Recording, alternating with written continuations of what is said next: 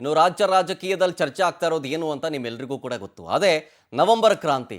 Next month ಎಲ್ಲ ಇಷ್ಟೊತ್ತಿಗೆ Bihar ಎಲೆಕ್ಷನ್ನ result announce ಆಗೋದಕ್ಕಿದೆ, ಅಂದರೆ 14ನೇ ತಾರೀಕು. ಸೊ ಹಾಗಾಗಿ ಆ ಎಲೆಕ್ಷನ್ ಮುಗಿದ ಮೇಲೆ ಸಂಪುಟ ಪುನರ್ರಚನೆ ಆಗುತ್ತೆ. ಸಿದ್ದರಾಮಯ್ಯನವರು 2.5 ವರ್ಷ ಪೂರ್ಣಗೊಳಿಸ್ತಾರೆ ಸಿಎಂ ಆಗಿ. ಅದಾದ ಮೇಲೆ ಮತ್ತೆ ಬೇರೆಯವ್ರಿಗೆ ಬಿಟ್ಕೊಡ್ಬೇಕಾಗತ್ತೆ ಅನ್ನುವಂಥ ಚರ್ಚೆ ಇದೆಯಲ್ಲ. ಈ ಎಲ್ಲ ಬೆಳವಣಿಗೆಗಳ ಮಧ್ಯೆ ಡಿನ್ನರ್ ಮೀಟಿಂಗ್ ಆಯೋಜನೆ ಮಾಡಲಾಗಿದೆ ಇವತ್ತು. ರಾಜ್ಯ ರಾಜಕಾರಣದಲ್ಲಿ ಸಿಎಂ ಚೇಂಜ್ ಬಿರುಗಾಳಿ ಎಬ್ಬುತ್ತ ಓಪನ್ ಆಗಿ ಸಿಎಂ ಬದಲಾವಣೆ ಅಸ್ತ್ರವನ್ನ ಡಿಕೆ ಬಣ ಹೂಡ್ತಾ ಇದೆ. ಮತ್ತೊಂದು ಕಡೆ ಸಿದ್ದುನೇ 5 ವರ್ಷ ಸಿಎಂ ಅಂತಿದ್ದಾರೆ ಟಗರು ಬಣ. ಈ ಬೆಳವಣಿಗೆಗಳ ಮಧ್ಯೆ ಸಿಎಂ ಡಿನ್ನರ್ ಸಭೆ ಕುತೂಹಲಕ್ಕೆ ಕಾರಣ ಆಗ್ತಾ ಇದೆ. ಇವತ್ತು ಡಿನ್ನರ್ ಮೀಟಿಂಗ್ ಇದೆ. ಹಾಗಾಗಿ ಚರ್ಚೆಗೆ ಗ್ರಾಸವಾಗ್ತಾ ಇದೆ ಈ ಒಂದು ಔತಣಕೂಟ.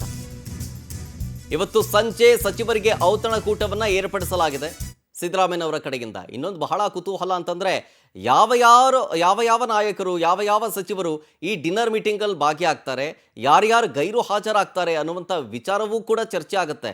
ಯಾಕೆಂದರೆ ಅಲ್ಲಿ ಬಣ ವಿಚಾರಕ್ಕೆ ಸಂಬಂಧಪಟ್ಟಂತೆ ಆಗುತ್ತೆ. ಮತ್ತೊಂದು ಕಡೆ ಈಗ ಒಂದು ಟಾಕ್ ಬೇರೆ ಇದೆ, ಪುನರ್ರಚನೆ ಆಗೋದ್ರಲ್ಲಿದೆ ಅಂತ. ಅಂದರೆ ಹಿರಿಗರಿಗೆ ಕೊಟ್ಟು ಹೊಸಬರಿಗೆ ಮಣೆ ಹಾಕುವಂಥ ಕೆಲಸ. ಸೊ ಹಾಗಾಗಿ ಅದ್ರ ಬಗ್ಗೆ ಚರ್ಚೆ ಆಗುತ್ತೆ ಅನ್ನುವಂಥ ವಿಚಾರವೂ ಕೂಡ ಗೊತ್ತಾಗ್ತಾ ಇದೆ. ನೋಡಬೇಕು ಡಿನ್ನರ್ ಮೀಟಿಂಗ್ನಲ್ಲಿ ಏನೇನು ಚರ್ಚೆ ಆಗುತ್ತೆ ಅಂತ. ಡೀಟೇಲ್ಸ್ ಕೊಡ್ತಾರೆ ಇದ್ರ ಬಗ್ಗೆ ನಮ್ಮ ಪ್ರತಿನಿಧಿ ಆನಂದ್ ನಂದಗುಡಿ ಫೋನ್ ಸಂಪರ್ಕದಲ್ಲಿ. ಆನಂದ್, ನವೆಂಬರ್ ಕ್ರಾಂತಿ ಸಿಕ್ಕಾಪಟ್ಟೆ ಸೌಂಡ್ ಆಗ್ತಾ ಇದೆ. ನೆಕ್ಸ್ಟ್ ಮಂತ್ ಅಂದರೆ ನವೆಂಬರ್ 14ರ ಅಷ್ಟೊತ್ತಿಗೆ ಬಿಹಾರ ಎಲೆಕ್ಷನ್ನ ರಿಸಲ್ಟ್ ಆದಮೇಲೆ ಕೆಲವೊಂದಿಷ್ಟು ಡೆವಲಪ್ಮೆಂಟು ರಾಜ್ಯ ಕಾಂಗ್ರೆಸ್ನಲ್ಲಿ ಆಗುತ್ತೆ ಅಂತ. ಸೊ ಆ ವಿಚಾರದ ಬಗ್ಗೆ ಚರ್ಚೆ ಆಗುತ್ತೆ ಇವತ್ತಿನ ಡಿನ್ನರ್ ಮೀಟಿಂಗ್ನಲ್ಲಿ.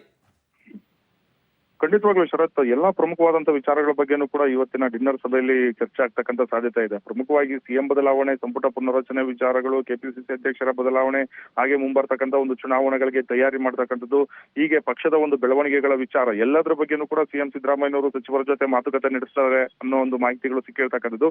ಸದ್ಯ ಸಂಪುಟ ಪುನರ್ರಚನೆ ಆಗುತ್ತೆ ಅನ್ನೋ ಒಂದು ವಿಚಾರ ಏನಿದೆ, ಇದು ಸಚಿವರಲ್ಲಿ ಬಹಳಷ್ಟು ಒಂದು ಆತಂಕವನ್ನ ಉಂಟು ಮಾಡಿರ್ತಕ್ಕಂಥದ್ದು. ಹಾಗಾಗಿ ಇವತ್ತು ಆತಂಕದಲ್ಲೇ ಈ ಔತಣಕೂಟಕ್ಕೆ ಕೆಲವು ಸಚಿವರು ಹೋಗೋದಕ್ಕೆ ಮುಂದಾಗಿದ್ದಾರೆ. ಪ್ರಮುಖವಾಗಿ ಹೈಕಮಾಂಡ್ ಇಂದಲೂ ಕೂಡ ಈಗಾಗಲೇ ಸಂಪುಟ ಪುನರ್ರಚನೆ ಬಗ್ಗೆ ಸಿಎಂ ಸಿದ್ದರಾಮಯ್ಯನವರಿಗೆ ಒಂದು ಸುಳಿವನ್ನ ನೀಡಲಾಗಿದೆ. ಅದನ್ನ ಇವತ್ತಿನ ಡಿನ್ನರ್ ಸಭೆಯಲ್ಲಿ ಸಚಿವರಿಗೆ ಆ ಒಂದು ವಿಚಾರವನ್ನ ಮುಟ್ಟಿಸ್ತಾರೆ ಅನ್ನೋ ಒಂದು ವಿಚಾರನೂ ಕೂಡ ಇರ್ತಕ್ಕಂಥದ್ದು. ಹಾಗಾಗಿ ಬಹುತೇಕ ಒಂದು ಸಚಿವರೇನಿದ್ದಾರೆ, ಈ ಸಚಿವರಿಗೆ ಇದು ಔತಣಕೂಟ ಆಗುತ್ತೋ ಅಥವಾ ಬೀಳ್ಕೊಡುಗೆಯ ಒಂದು ಮಾಹಿತಿ ಕೊಡ್ತಕ್ಕಂಥ ಒಂದು ಕೂಟ ಆಗುತ್ತೋ ಅಂತ ಕಾದ್ ನೋಡ್ಬೇಕಾಗುತ್ತೆ. ಸದ್ಯ ಬಹಳಷ್ಟು ಒಂದು ಸಚಿವರು ತಮ್ಮ ಸ್ಥಾನವನ್ನ ಉಳಿಸ್ಕೊಳ್ಳೋದಕ್ಕೆ ತೀವ್ರವಾದಂತಹ ಒಂದು ಪ್ರಯತ್ನಗಳನ್ನ ಪಡ್ತಾ ಇದ್ದಾರೆ. ಆದ್ರೆ ಈ ಕಡೆ ಡಿ.ಕೆ. ಶಿವಕುಮಾರ್ ಮತ್ತೆ ಕೆಲವು ಶಾಸಕರೇನಿದ್ದಾರೆ, ಇವರು ಸಂಪುಟ ಪುನರ್ರಚನೆ ಆಗ್ಲೇಬೇಕು ಅಂತ ಪಟ್ಟಣ ಹಿಡಿದಿರ್ತಕ್ಕಂಥದ್ದು. ಹಾಗಾಗಿ ಸಿಎಂ ಅವ್ರಿಗೂ ಸಂಪುಟ ಪುನರ್ರಚನೆ ಮಾಡಬೇಕಾದಂತ ಒಂದು ಅನಿವಾರ್ಯತೆ ಇದೆ. ಈ ಬಗ್ಗೆ ಕೆ.ಸಿ. ವೇಣುಗೋಪಾಲ್ ಮತ್ತೆ ಸುರ್ಜಾವಾಲಾ ಜೊತೆನೂ ಕೂಡ ಸಿಎಂ ಸಿದ್ದರಾಮಯ್ಯನವರು ಒಂದಷ್ಟು ಮಾತುಕತೆಯನ್ನು ನಡೆಸಿರ್ತಕ್ಕಂಥದ್ದು. ನವೆಂಬರ್ ತಿಂಗಳ ಒಳಗಡೆ ಈ ಒಂದು ಸಂಪುಟ ಪುನರ್ರಚನೆ ಆಗ್ಲೇಬೇಕು ಅನ್ನೋ ನಿಟ್ಟಿನಲ್ಲಿ ಚರ್ಚೆಗಳು ಕೂಡ ನಡೀತಾ ಇರ್ತಕ್ಕಂಥದ್ದು. ಈಗಾಗಲೇ ಪಕ್ಷದಲ್ಲಿ ಇರ್ತಕ್ಕಂಥ ಒಂದು ಹಿರಿಯ ಸಚಿವರೇನಿದ್ದಾರೆ, ಅವ್ರನ್ನ ಪಕ್ಷ ಸಂಘಟನೆಯ ಒಂದು ಕಾರ್ಯಗಳಿಗೆ ನಿಯೋಜನೆ ಮಾಡ್ಕೊಳ್ತಕ್ಕಂಥದ್ದು, ಅವ್ರಿಗೆ ಬೇರೆ ರೀತಿಯ ಒಂದು ಜವಾಬ್ದಾರಿಗಳನ್ನ ಕೊಡೋದಕ್ಕೆ ಹೈಕಮಾಂಡ್ ಕೂಡ ಚಿಂತನೆಯನ್ನ ಮಾಡಿರ್ತಕ್ಕಂಥದ್ದು. ಹಾಗಾಗಿ ಈ ವಿಚಾರದ ಬಗ್ಗೆ ಇವತ್ತಿನ ಔತಣಕೂಟ ಸಭೆಯಲ್ಲಿ ಗಂಭೀರ ಚರ್ಚೆ ಆಗ್ತಕ್ಕಂಥ ಸಾಧ್ಯತೆ ಇದೆ. Sharath. Okay, thank you Anand ಡೀಟೇಲ್ಸ್ಗಾಗಿ.